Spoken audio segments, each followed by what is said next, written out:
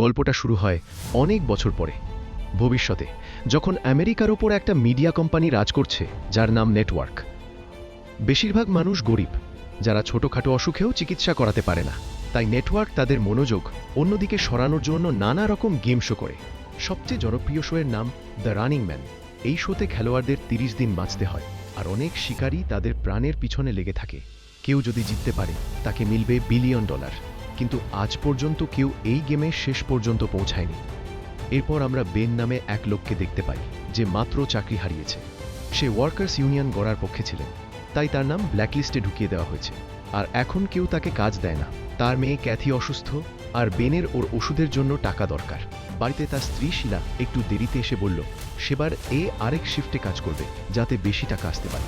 বেনের এটা শুনে একটু অস্বস্তি হলো, কারণ ওখানে অদ্ভুত মানুষ থাকে।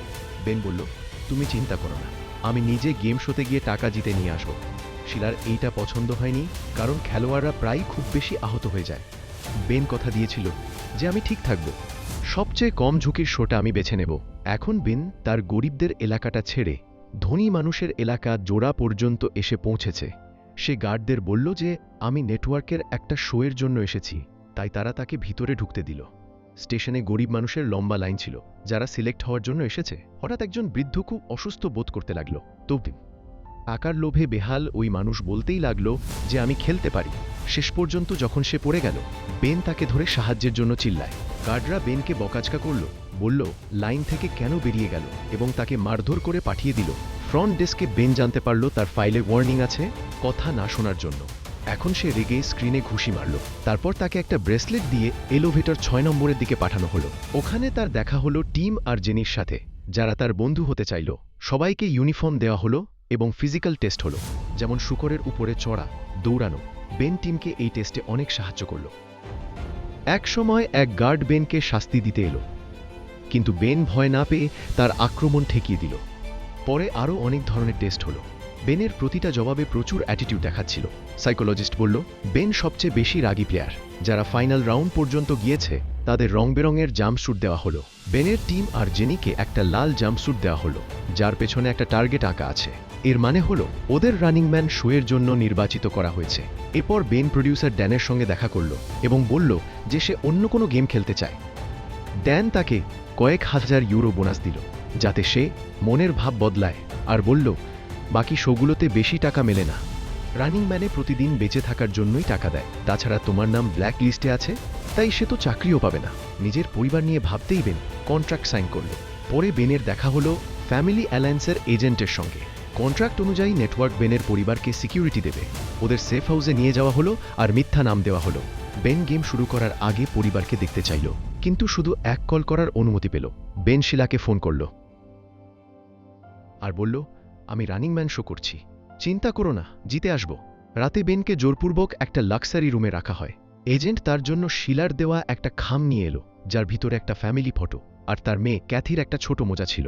তার ভাগ্য ভালো হোক বলে পরের সকালে বেনকে একটা রানিং ব্যান্ড দেওয়া হয়। ওই ব্রেসলেটে তার বাকি থাকা সময় আর উপার্জিত টাকা দেখাচ্ছিল। শো শুরু হলো আর হোস্ট ববি বেনকে স্টেজে ডেকল। ববি ভিড়ের সামনে মিথ্যা বলল যে বেন আগে ডিফেন্স সিকিউরিটিতে কাজ করত আর দেশের সিক্রেটস বিক্রি করতে গিয়ে ধরা পড়েছে। স্ক্রিন এআই দিয়ে তৈরি একটা ভিডিও দেখানো হয়েছিল। বেন সবার সামনে চিৎকার করে নিষেধ করছিল, কিন্তু ববি তার একটা কথাও শোনেনি। বাকিরা সবাই ভাবত রানিং ম্যান হচ্ছে অপরাধীদের শাস্তি দেওয়ার একটা উপায়। তা জানত না যে প্লেয়াররা আসলে নিঃস্ব মানুষ, যা তাদের পরিবারের জন্য নিজের জীবন ঝুঁকিতে ফেলছে। সাধারণ মানুষও টাকা পায় যদি তারা প্লেয়ারদের লোকেশন জানায়। যখন ববি বেনের শেষ কথা জানতে চাইল, বেন ববি আর দর্শকদের মুখে লজ্জা দিল আর বলল আমি বেঁচে থাকব আর ওই বিল্ডিংটা জ্বালিয়ে দিব। সব প্লেয়ারদের পরিচয় করানো হলো। এরপর ববি নিয়মগুলো বুঝিয়ে দিল। সবাইকে কয়েক হাজার অগ্রিম টাকা দেওয়া হলো আর 12 ঘন্টার একটা হেডস্টার্টও দেওয়া হলো। মানে 12 ঘন্টা পর্যন্ত তারা যেখানে খুশি গিয়ে লুকিয়ে থাকতে পারবে, কেউ তাদের শিকার করতে আসবে না। পরের দিন 5 জন শিকারী পাঠানো হবে। সবাইকে প্রতিদিন অন্তত 10 মিনিট ভিডিও রেকর্ড করতে হবে, আর তারপর সেই টেপটা মধ্যরাতের আগে বাক্সে ফেলে দিতে হবে। যদি টেপ না ফেলে টাকা বন্ধ হয়ে যাবে, কিন্তু তাদের শিকার চলতেই থাকবে। তারপর 3 জন খেলোয়াড়কে আলাদা আলাদা লিফটে করে এক অন্ধকার ঘরে পাঠানো হলো। ওখানে বক্সে ক্যামেরা, কিছু টাকা আর সাধারণ কাপড় পেয়েছিল বেন। বেন কাপড় বদলে বিল্ডিং থেকে বেরিয়ে পড়ল। বেশ দ্রুত একটা ট্যাক্সি ধরল। ড্রাইভার তাকে চিনে ফেলল আর সেলফি তোলার জন্য বলল। বেন যখন মনা করল, ড্রাইভার রেগে গেল, বলল, মানুষের সাথে ভালো ব্যবহার করো, না হলে তোমার লোকেশন রিপোর্ট করে দিব। এটা করেও ভালো টাকা পাওয়া যায়। তারপর বেন গাড়ি থেকে নেমে দৌড়াতে শুরু করল। শেষ পর্যন্ত বেন একটা ফাঁকা বিল্ডিংয়ে গেল, যেখানে তার পুরনো বন্ধু মৌলি থাকত, যে ব্ল্যাক মার্কেটের জন্য জিনিস বানায়। বেন ওকে 2টা নকল আইডি আর একটা গুলির জন্য বলল। মৌলি এই কথায় খুব রেগে গিয়েছিল, কারণ বেন এখন গেমের অংশ, মানুষ তাকে খুঁজছে। সে বলল, কেন আমার কাছে এসেছো? আমার ব্যবসা ঝুঁকিতে ফেলতে চাও? একটু তর্ক করার পর আর ক্যাথির কথা শুনে মৌলি সাহায্য করল। বেন তার সাজ বদলালো আর সেই রকম একটা ফেক আইডি নিল। মৌলি তার জিনিসপত্র সুটকেসে ভরে দিল, যাতে সে একজন ব্যবসায়ী মনে হয়। মৌলি তার বন্ধুকে বুঝিয়ে বলল যে গরিব এলাকাগুলো থেকে দূরে থাকতে, কারণ গরিব মানুষ টাকা নিয়ে তোর রিপোর্ট করেও দিতে পারে। এমন জায়গায় যাও যেখানে বেশি মানুষ থাকে। মৌলি আরও বলল, এত সমস্যা হলো তুমি আগে বললে না কেন? আমি তোকে আমার অ্যাসিস্ট্যান্ট বানিয়ে নিতাম, কিন্তু এখন যদি বেঁচে থাকতে চাও তাহলে গেম জিততেই হবে। সকালে বেন ট্রেন স্টেশনে গেল। সব জায়গায় 3 জন প্লেয়ারের পোস্টার লাগানো ছিল। বেন নিউ ইয়র্কের টিকিট কিনে ট্রেনে উঠল। ব্রেসলেট তখন ঘোষণা করল যে শিকার শুরু হয়ে গেছে। ট্রেন চলতে লাগলো। একটা ছেলে বেনের কাছে এসে কথা বলল। বেন তাকে গরম গরম গলায় ধমক দিয়ে তাড়িয়ে দিল, কিন্তু ছেলে আসলে বলতে চেয়েছিল, তোমার মৌজ বের হয়ে আসছে। নিউ ইয়র্কে বেন একটা ভালো হোটেলের রুম নিল। রিসেপশনিস্ট লক্ষ্য করল আইডি ফটোতে তো মৌজ আছে, কিন্তু বেনের মুখে কিছুই লাগেনি। ঘরে বেন এসে আসল রূপে ফিরে এসেছিল। দেয়ালে আঙুল দিয়ে স্পর্শ করল আর ঘুমন্ত অবস্থায় নিজের ভিডিও রেকর্ড করল। রাতে সেটা টেপ বক্সে ঢুকিয়ে দিল। অর্ধরাতে ব্রেসলেট জানালো তার প্রথম দিনের বোনাস এসে গেছে। ওদিকে শিকারীরা মৌলিকে ধরে নিয়ে টর্চার করছিল, যতক্ষণ না সে নকল আইডির নাম বলল। পরদিন শিকারীরা বেনের ঘরে ঢুকে তাকে গুলি করল, কিন্তু ঠিক সেই সময় বেনের চোখ খুলল এবং বুঝতে পারল এটা মাত্র একটা খারাপ স্বপ্ন ছিল। টিভিতে দেখানো হচ্ছিল ক্যামেরা টিমকে ফলো করছে। দলটা একটা দোকানে ঢুকল। ক্লার্ক একজনের সঙ্গে ফ্লার্ট করছিল। ও যখন বাইরে বেরিয়ে এলো, হান্টাররা সহজেই তাকে খুঁজে পেয়ে সরাসরি তার মাথায় গুলি চালিয়ে দিল। এরপর বেন আরও দিনের জন্য রুম ভাড়া নিল। সে তার সব জিনিস একটা সাধারণ ব্যাগে ভরে জানালা থেকে নিচের আবর্জনার কন্টেইনারে ফেলে দিল। তারপর একদম স্বাভাবিকভাবে হোটেল থেকে বাইরে বেরিয়ে পড়ল। ব্যাগটা নিয়ে বাস ধরল বস্টনে যাওয়ার জন্য। বস্টনে সে একটা দরিদ্র লোক থেকে কিছু পুরনো কাপড় আর হোস্টেলের রুমের চাবি কিনে নিল। বেন চুপি চুপি হোস্টেলের ভিতরে ঢুকে লিফটে উঠল। সে খেয়াল করেনি লিফটের ওপর আউট অফ সার্ভিস লেখা ছিল। লিফট মাঝপথে আটকে গেল। দ্বিতীয় তলা থেকে বেনকে বের হয়ে যেতেই হলো। কষ্ট করে বেরিয়ে গিয়ে তৃতীয় তলায় পৌঁছাতে হলো। ওখানেই তার ঘর। ঘরের আলমারির বাক্সে সে একটা চুইংগাম, সিগারেট আর একটা গ্রেনেড পেল। সে নিজের ভিডিও রেকর্ড করল, আর ব্রেসলেট তাকে মনে করালো যে টেপ বক্সে দিতে হবে, কিন্তু বক্সের কাছে অনেক মানুষ দাঁড়িয়েছিল। বেন গোসলের জন্য প্রস্তুত হলো আর কমন বাথরুমের দিকে গেল।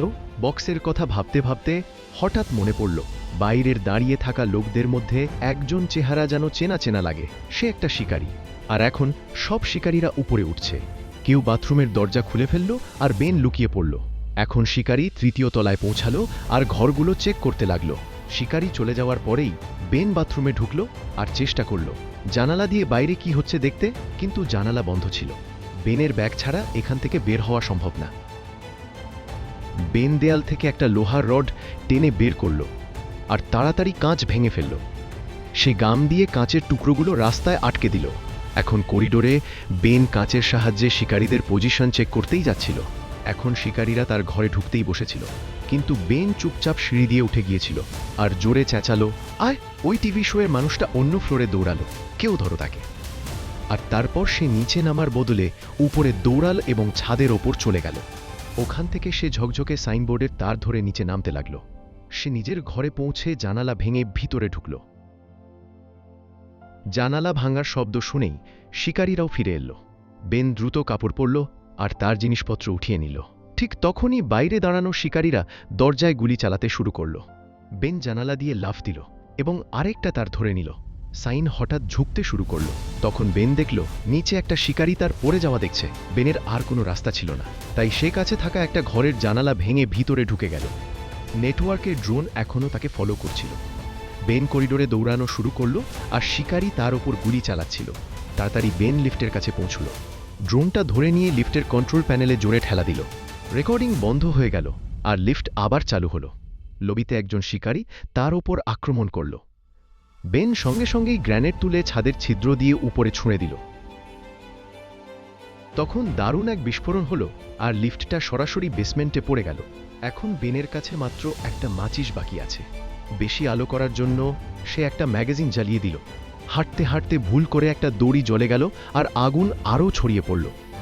এখন শিকারীরা করিডোরে ছিল, তাই বেন ফার্নিচার টেনে দরজা বন্ধ করে দিল আর শিকারীদের পিছে ভিড়ের মধ্যে ঢুকে পড়ল। শিকারীরা তখন গুলি চালাতে লাগলো আর একটা গ্যাস পাইপ আঘাত করল। এরপর বেসমেন্টে দারুণ বিস্ফোরণ হলো। আগুন টানেলেও ঢুকে পড়ল, তাই বেনকে পানিতে ঝাঁপ দিতে হলো। পুরো বিল্ডিংটা বিস্ফোরণে উড়ে গেল। বেন যখন রাস্তার পাশে এলো তখন ওর সামনে স্টেসি নামের একটা ছেলে এসে দাঁড়ালো। বেন ওকে ধমকি দিল, বলল, যদি কাউকে কিছু বলিস তুই বাঁচবি না। কিন্তু স্টেসি বলল, আমি তো তোমার সাহায্য করতে চাই।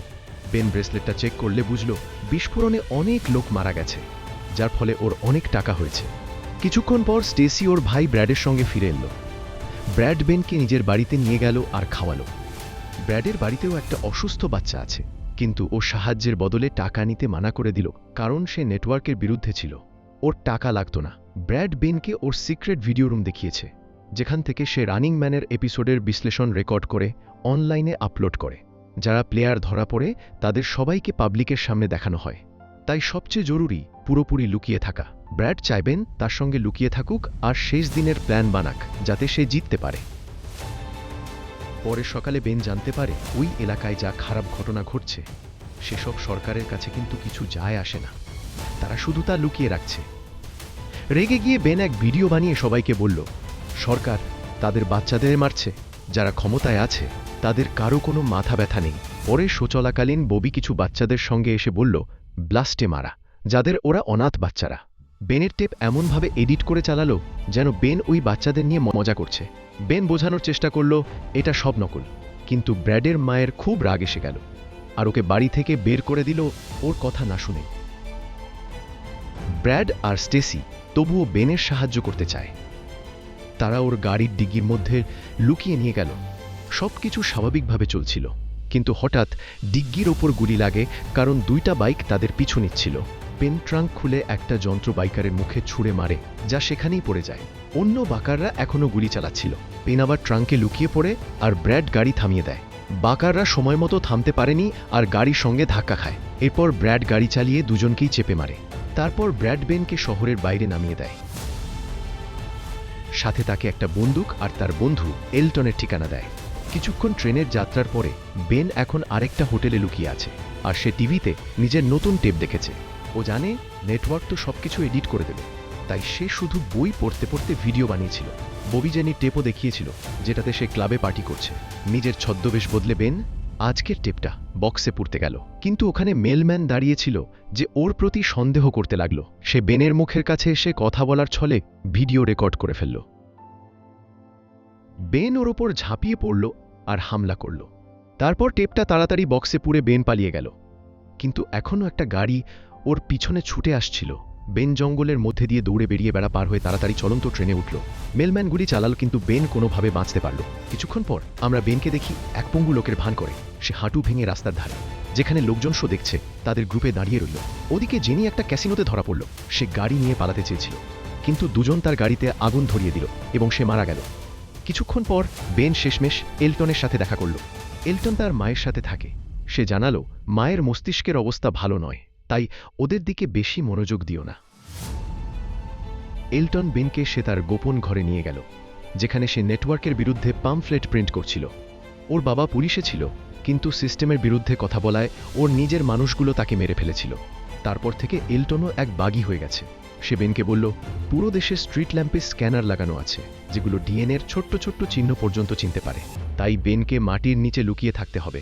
ওর বাবা ঠান্ডা যুদ্ধের সময় একটা বঙ্কার তৈরি করেছিল, তাই এলটন চায় বেন ওখানে লুকিয়ে যায় আর গেমটা জিতে নেয়। তারপর বলল, যখন তুই জিতে সবাইকে চমকে দিবি, তখন আমাদের রেবেল নিউজলেটার নিয়ে যা যেন মানুষের কাছে আমাদের কথা পৌঁছায়। বেন রাতে গুপ্তঘরে কাটালো আর নিজের টেপ রেকর্ড করল। সকালে যখন সে টেপ পৌঁছে দিতে গেল, তখন এলটনের মা তাকে দেখে ফেলল। সে সঙ্গে সঙ্গে বেনকে চিনে নিল আর রিপোর্ট করার চেষ্টা করল, কিন্তু এলটন তাকে থামিয়ে দিল। তারপর এলটনের মনে হলো এটা তার বাবার বদলা নেওয়ার সুযোগ, তাই সে নিজেই পুলিশকে খবর দিল। কিছুক্ষণের মধ্যেই পুরো বাড়িটা পুলিশ ঘিরে ফেলল আর চারপাশ জুড়ে দেয়াল থেকে গুলি চলতে লাগল।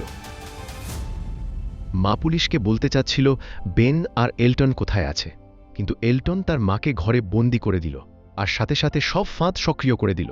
পুলিশ যখন ভিতরে ঢুকল, এলটন মাটিতে পড়ে থাকা ইলেকট্রিক তারে পানি ঢেলে দিল, যার ফলে কয়েকজন পুলিশকে বেশ শক্ত একটা কারেন্ট লেগে গেল। তারপর এলটন আর বেন সিক্রেট রুমের দেয়াল ভেঙে পালিয়ে গেল। পুলিশ যখন তাদের ধাওয়া করল, এলটনের ফেলা ফাঁদে পুলিশদের ওপর কিছু রাসায়নিক ছুড়ে দেওয়া হলো আর সাথে আগুনও লেগে গেল। তখন সেখানে আরেকটা ফাঁদ ছিল, যেটার কারণে কাঠ ভেঙে পড়ে গেল আর পুলিশও নিচে পড়তে লাগল। তারপর এলটন বেনকে বাথরুমে নিয়ে গেল এবং দুজনে শাওয়ারের ভিতরে লাগানো খুঁটিতে লাফ দিয়ে নিচে নামল। পরের ঘরে এলটন মেঝেতে একটা সিক্রেট দরজা দেখালো আর তারা দ্রুত একটা টানেলে নামে। কিন্তু ওখানে আগে থেকেই একটা শিকারের লোক ছিল, যে এলটনের ওপর ছুরি ঘুরিয়ে দিল। এরপর সে বেনের ওপর আক্রমণ করল। লড়াই শুরু হলো আর বেনের হাতে একটা কাট লাগল, কিন্তু সে শত্রুর কাছ থেকে অস্ত্র ছিনিয়ে নিল। এলটন ছুরি ধরে শিকারের পায়ে আঘাত করল, যার ফলে সে পড়ে গেল। তখন শিকারীর কাছে ড্যানের ফোন আসে। ও বেনের সাথে কথা বলতে চায়। বেন জিজ্ঞেস করে, তোমার কাছে এত প্রযুক্তি থাকলে পুরো শোটা ফেক কেন করো না? ড্যান বলে, তোমার কি মনে হয় আমরা চেষ্টা করিনি? কিন্তু কম্পিউটারে বানানো মানুষ আসল মানুষের মতো মজার হয় না, ওদের আলাদা আলাদা ব্যক্তিত্বও থাকে না। তারপর ড্যান বেনকে বলে, শিকারীকে মারো যাতে ড্রোন ওকে রেকর্ড করে আর রেটিং বাড়ে। বেন এই কথায় রাজি হয়নি আর সরাসরি ড্রোনকে গুলি করে দিল। এরপর এলটন আর বেন একটা গাড়ি নিয়ে দরজা ভেঙে বেরিয়ে পড়ল। তারা জঙ্গলে ছিল, তারা অন্যদিকে চলে গেল, কিন্তু একটা হেলিকপ্টার তাদের পেছনে লাগছিল। এলটন বেনকে বলল, আমাকে ছেড়ে দৌড়ে পালাও আর দ্রুত শেল্টারে পৌঁছো। কিন্তু হঠাৎ হেলিকপ্টার থেকে একটা স্নাইপার এলটনের মাথায় গুলি চালালো। তখন শিকারীরা বেনকে ঘিরে ফেলল, কিন্তু তাদের গুলি ছোড়ার পারমিশন ছিল না, কারণ আদেশ ছিল বেনকে জীবিত ধরে ক্যামেরার সামনে মারতে হবে। গাড়িতে বোমা লাগানো ছিল, তাই বেন ব্রিজে গাড়ি চালিয়ে লাফ দিল। গাড়িটা একটা শিকারীর সঙ্গে ধাক্কা লাগিয়ে বিস্ফোরিত হয়ে গেল। বেন নদীতে পড়ে গেল আর ব্রেসলেটে আরেকটা শিকারীকে মারার জন্য বড় একটা বোনাস পেল। গ্রামের আর মাঠের মধ্যে দিয়ে যাওয়া পথে বেন বঙ্করের জায়গায় পৌঁছল, কিন্তু জানতে পারল সরকার নতুন শহর বানানোর জন্য বঙ্করটা ভেঙে ফেলেছে। বেন একটা ফাঁকা ঘরে রাত কাটালো আর স্বপ্নে তার পরিবারকে দেখল, যেই স্বপ্ন তাকে তার গেম চালিয়ে যাওয়ার শক্তি দিল। পুলিশ যখন ওই ঘরে পৌঁছল, তখন বেনের নতুন টেপ আর একটা মেসেজ পেল, যাতে লেখা ছিল এটা মেইল করে দিতে হবে। রাস্তার উপর বেন যে প্রথম গাড়িটা দেখল, তার জানালা ভেঙে ভিতরে ঢুকল। ড্রাইভিং সিটে বসে থাকা এমেলিয়া নামের মেয়েটাকে সে ধমক দিল, দ্রুত গাড়ি চালাও। ওদেরই ড্রোন আর পুলিশ তাদের পিছু নিয়েছিল। অনেক গাড়ি এড়ানোর পরে এমেলিয়া হঠাৎ করে উল্টো রাস্তায় মোড় নিল, যা তাদের কিছুক্ষণের জন্য বাঁচিয়ে দিল। সফরের সময় এমিলিয়া বেনকে গাল দিচ্ছিল, তুমি একদম নোংরা মানুষ। কিন্তু তারপর বেন তাকে নিজের পরিবারের ছবি দেখালো এবং বলল কিভাবে নেটওয়ার্ক, জাল, ভিডিও ব্যবহার করে আমাদের সত্যি লুকানোর জন্য। হঠাৎ গাড়ির এআই হ্যাক হয়ে গেল এবং গাড়ি সাইডে চলে গেল। দুইজন হান্টার তাদের ট্রাকে বেনকে ধরতে এলো, কিন্তু একটা ড্রোন তাদের ওপর গুলি চালালো এবং তাদের ট্রাকটাও ব্লাস্ট হয়ে গেল। মানে হলো ড্যান বেনকে বাঁচিয়ে রাখতে চাইছে যাতে শোটা আরও মজাদার হয়। টিভিতে একটা ফেক ভিডিও দেখানো হয়েছিল যেখানে এমলিয়া সাহায্যের জন্য চিৎকার করছে। এখন এমলিয়া বেনের কথা বুঝে গেল। দুজনে এগিয়ে চলে এবং রাস্তার ধারে মানুষ তাদের সাপোর্ট করতে দেখা যায়। শেষে তারা একটা রোড ব্লক পায়, যেখানে শিকারীর নেতা দাঁড়িয়েছিল, অনেক ড্রোন রেকর্ড করছিল। তখন বেন এমন নাটক করল যে তার কাছে বোমা আছে এবং সে ন্যাশনাল টিভিতে সব সিভিলিয়ানদের মারবে। সে প্লেন আর 2টা প্যারাশুট চাইল, আর ঠিক সেখানেই শিকারীকে ডিল মানার অর্ডার পেয়েছে। এয়ারপোর্টে বেন এমিলিয়াকে বলল, তুমি চাইলে যেতে পারো, কিন্তু এমিলিয়া মানা করে দিল কারণ সে সত্যটা দেখে ফেলেছে। প্লেনে বেন শিকারীদের লিডারকে মাস্ক খুলতে বলল।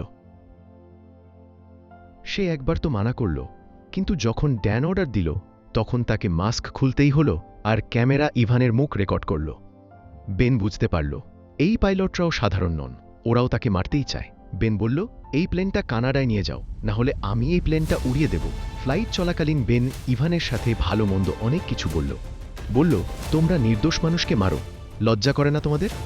দুজনেই মারামারি করতে যাচ্ছিল। তখন এমিলিয়া বোমার ভয় দেখানোর নাটক শুরু করল। তখন স্ক্রিনে ড্যানেল এবং বলল, প্লেন স্ক্যান হয়ে গেছে, কোনো বোমা নেই, আমরা জানি। এখন ইভান বেঞ্চে গুলি চালাতে যাচ্ছিল, কিন্তু তখনই পাইলটরা তার কাছে বন্দুক তুলে ধরল। ড্যান ইভানকে ডেকেছিল কারণ সে বেঞ্চেকে ঠিকঠাক মারতে চায়। তারপর ড্যান বেঞ্চেকে একলা একটা চুক্তি দিল, যদি বেঞ্চ ইভান আর সব পাইলটদের মারে তাহলে সে নতুন হান্টার হতে পারে। আর প্রতি বছর কোটি টাকা পাবে। কিন্তু বেন মানা করে দিল। তখন ড্যান তাকে একটা ভিডিও দেখালো, যেটাতে তার স্ত্রী শিলা আর মেয়ে ক্যাথিকে শিকারীরা মেরে ফেলেছিল।